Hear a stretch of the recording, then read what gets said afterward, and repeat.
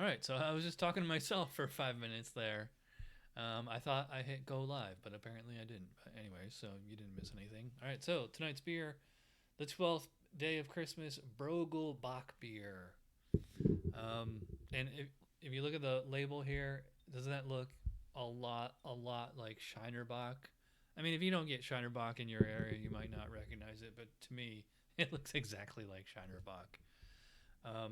So, I mean, let's see if it tastes like Shinerbach. And it's funny because I reviewed Shinerbach a few times, way back in the early days. And I haven't had it, I can't remember the last time I had that beer. I mean, you can't get it here. But you just remember not being impressed. In fact, it's actually in the BJCP guidelines under, I believe it's a 2B International Amber Lager. It's not even considered a traditional German Bock, but we'll see if this one is. In fact, let me read the text in the back of the bottle there. It says, dating back to the 14th century, Bock beer and the Capricorn goat are a symbol of good times to come. Broegel Bock captures the spirit of the original German brewmasters with Munich and amber malts, German Hallertau hops, and a dose of Czech Saaz hops. So those are noble hops. So, and make a point of saying German with Munich and amber malts. Is this made in America or? It says, oh, it must be made. Okay, product of Belgium. Okay, by the Martens Brewing again.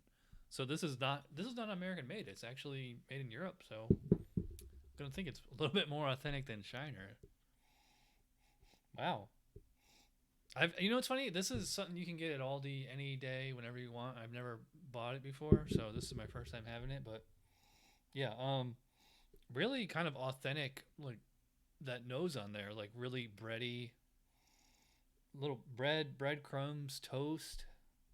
I'd say it's more than the bread or breadcrumbs than toast, but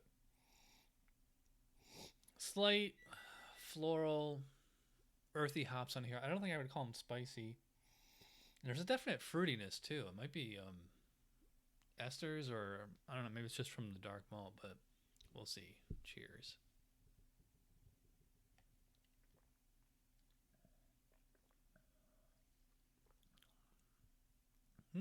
Wow. That is definitely way more authentic than Shiner is. And I would go as far as to say, just after that one drink right there, that this probably is, I would probably consider this an authentic German Bock, not just a generic amber lager. I mean, again, a lot of bready malt on there.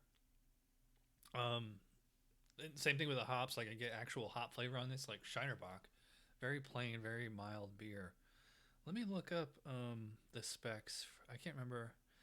There's actually a few different Bocks. There's Helles Bock, and let's see, Malty European Lager, Amber Malty, Dunkel's Bock, I guess. Yep. Well, you're not going to see that color on here, but let's just jump straight to the flavor. Complex, rich maltiness is dominated by a toasty, rich Maillard product. Some caramel notes may be present.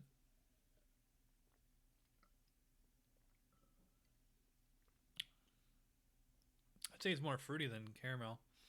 Hop bitterness is generally only high enough to support the malt flavors, allowing a bit of sweetness to linger into the finish. Well attenuated, not cloying. I agree. Clean fermentation profile, though the malt can provide a slight dark fruit character. No hop flavor, no roasted or burnt character. Yeah, I mean, definitely like nothing. And those are stout qualities. Nothing you're gonna get in a Bock.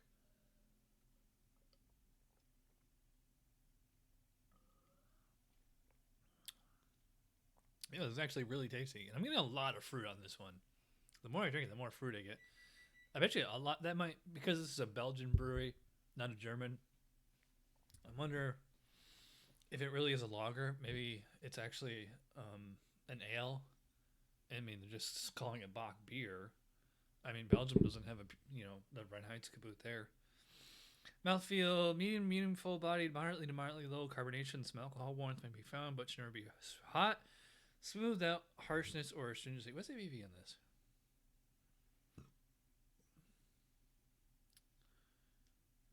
Every Aldi, it's like half have the ABV on the label, and half don't.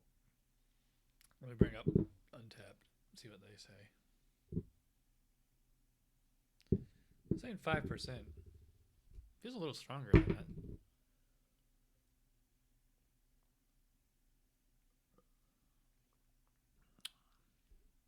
yeah, the more I drink it, the fruitier it seems to get. Although it is a little bready, toasty, breadcrumbs up front, and then big fruit on the back end. Not especially bitter, but it's not especially sweet either. I mean, it's definitely more sweet than bitter. Obviously, it's not an IPA or anything, but certainly not cloying or.